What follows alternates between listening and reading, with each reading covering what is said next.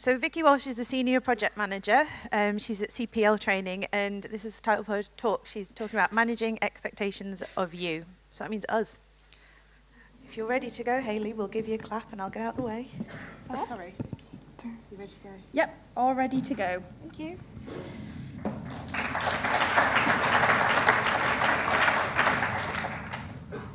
Hello, everyone hear me okay?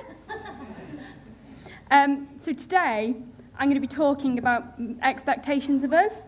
Now, we're really good in this room at managing expectations of those dodgy developers who we know don't get stuff done on time, or the design team who wants 10 more days to create stuff, and we're good at relaying that back to the client. But sometimes we're not good with our own time. We tend to take on too much work, and it's a bit chaos.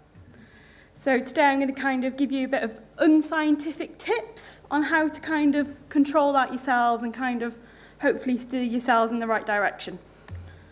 So, whose day looks like that?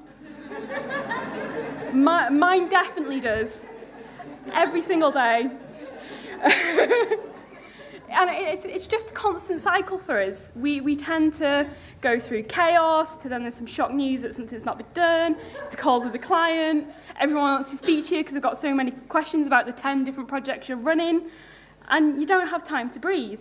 And you go through these cycles week on week on week, and then one night you sit in your car at 10 o'clock in the evening in the office doing that ugly crying thing, and you're kind of wondering why you're always so busy, why you haven't got time to think and plan ahead.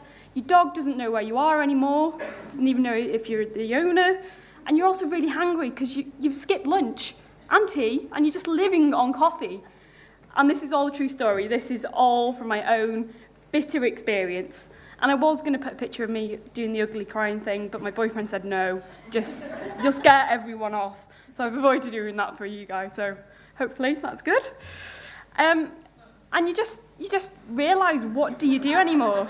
And it's like, how are you managing to write those project plans, deal with the team, build a brilliant culture that we've talked about this morning, do all that leadership stuff when you're trying to stay on top of yourself as well? It's a nightmare. I think everyone here would agree. And the truth is, a lot of the time, nobody knows what our role is. We've got job descriptions, we've got our titles, product owner, project manager. But really, what do we do?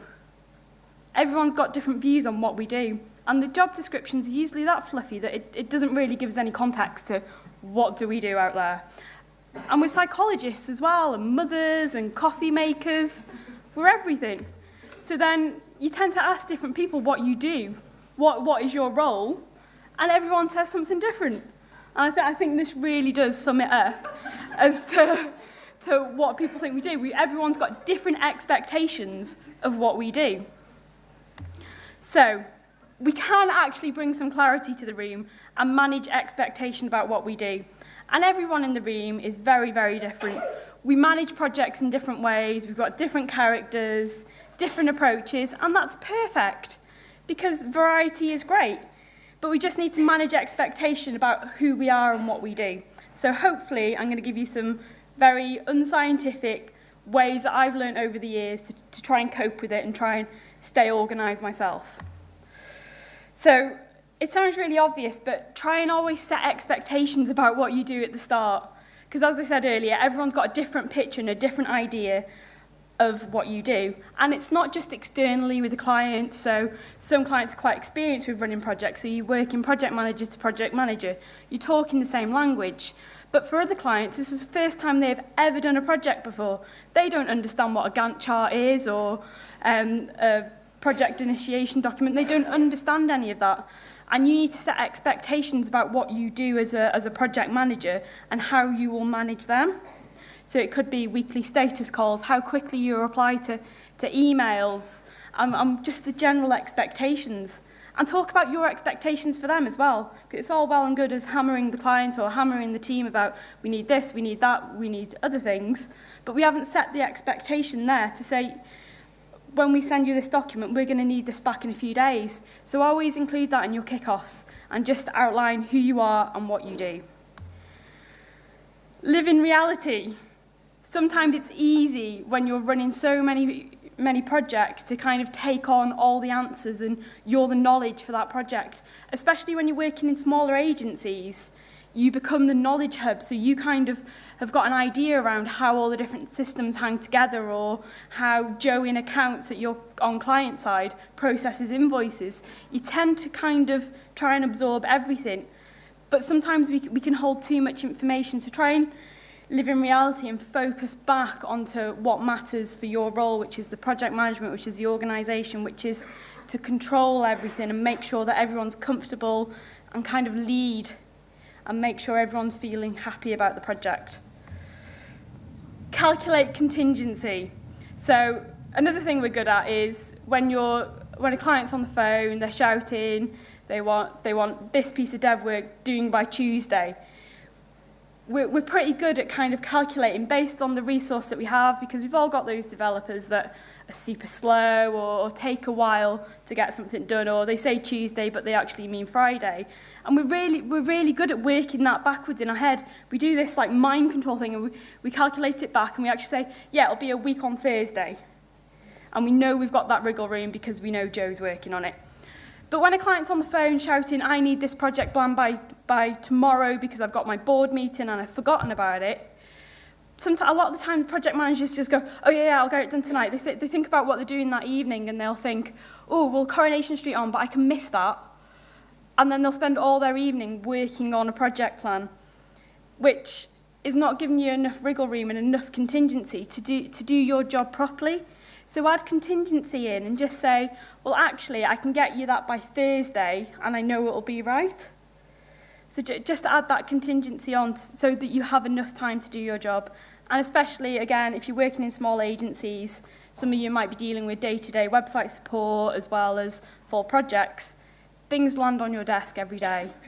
So give yourself that room and space to actually handle that. Size does matter. Sorry guys, size does matter. In this context, I'm talking about the size of projects. In our job descriptions, a lot of time, does everyone have a line in there that says project manager can handle 5 to 7 projects or 5 to 10 projects? And it's quite a vague notion of how big a project is. Because every project's different, as you know. You'll get the small ones with the really nice stakeholders and it all goes smoothly. And you'll get 4 of these big hellish ones with huge masses of functionality and clients that demand everything every 30 seconds from you, and they zap your soul. So no 2 projects are the same size, and we should never ever think about 2 projects always being the same or 2 projects being like for like. So instead, in my team, I've come up with the concept of project points, which I'll explain a little bit now, and how this can kind of help you manage your workload and manage the expectations of your team for how much you can actually do. So, we've got a project, 1 point, yay! But it's a project with really high comms, and we know it's a really super demanding client. So we're going to whack 3 points on for that because we know the client is a nightmare. The budget, so it's a mid-sized project for the agency that you work at. So it's middle of the road, there's some functionality, but there's a lot of knowns in there, we're quite comfortable with it. So we'll add another 2 points on. So that gives you the project value of 6 points. And what I tend to do as well for those extra special clients who are super nightmare, or they're your boss's daughter's son-in-law's cat's husband, I add ball ache factor on as well, which is an extra point. Very important, that extra point. And those points add up for each of your projects. So rather than saying your workload should be 5 projects, which all could be big, massive ones or very small ones, we're actually working on what your workload should be for points. So say, for instance, what you can handle is around 30 points. And your base points could be based on your experience or what other projects you're doing within the business that nobody actually thinks of. And that'll work out your realistic capacity. Because sometimes we can't handle 10 projects when another person can, but the projects are just different sizes. So this takes into consideration all those different factors that do come up. Say no. So who here has had your manager or a client or the CEO rock up to your desk and says, can you do this project for me? And you're already stressed. It happens a lot. And sometimes we do actually have to say no. And sometimes you put under that pressure and you think, oh, I can't say no.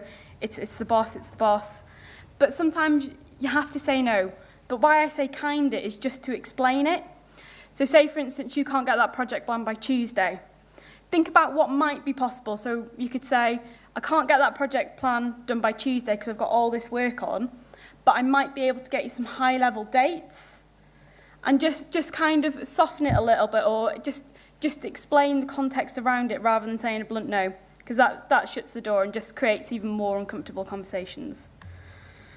And talking is the most important thing to do, and I talk a lot, and Mike in my team just knows how much I yap through the day, and I've only worked with him for 3 weeks. He's sick of me already.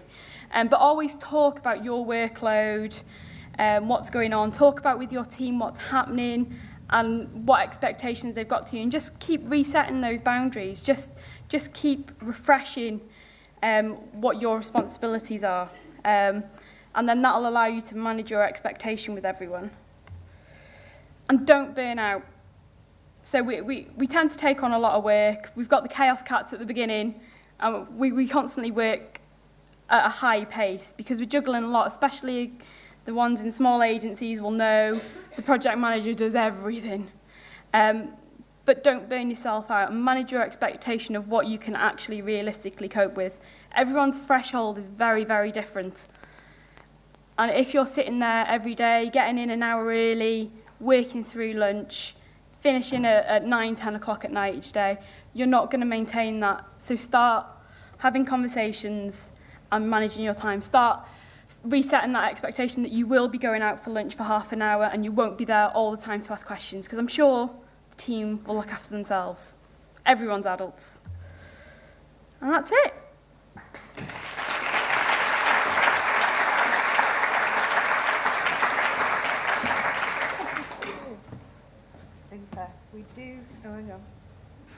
We do like a cat gif here. That was excellent. Took us a long time to get there as well. Thank you so much. I think that point thing is just genius. I'm going to use that now. Is anybody really wanting to ask a question? Up there. I'll repeat it after you have, so go a bit slow. Yeah.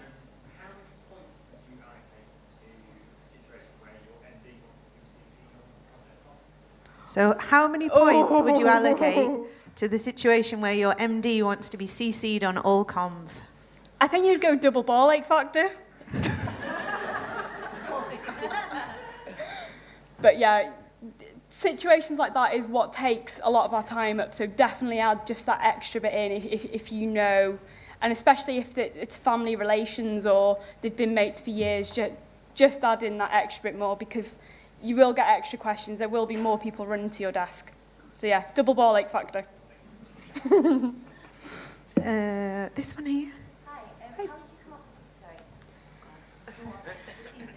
How did you come up with the base points? So you said you take it on kind of what you can handle, but how do you know without getting to the breaking point of what you can handle? So when new people come to your into your fold, you don't want to break them before you find that where they can handle?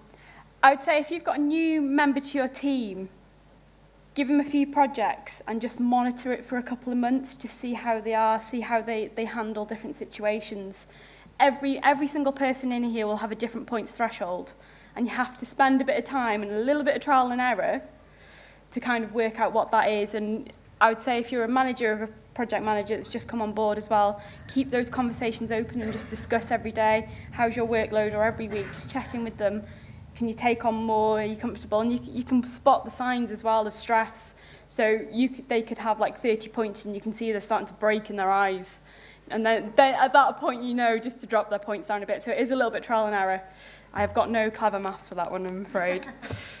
That's wonderful. Thank you so much. Thank you.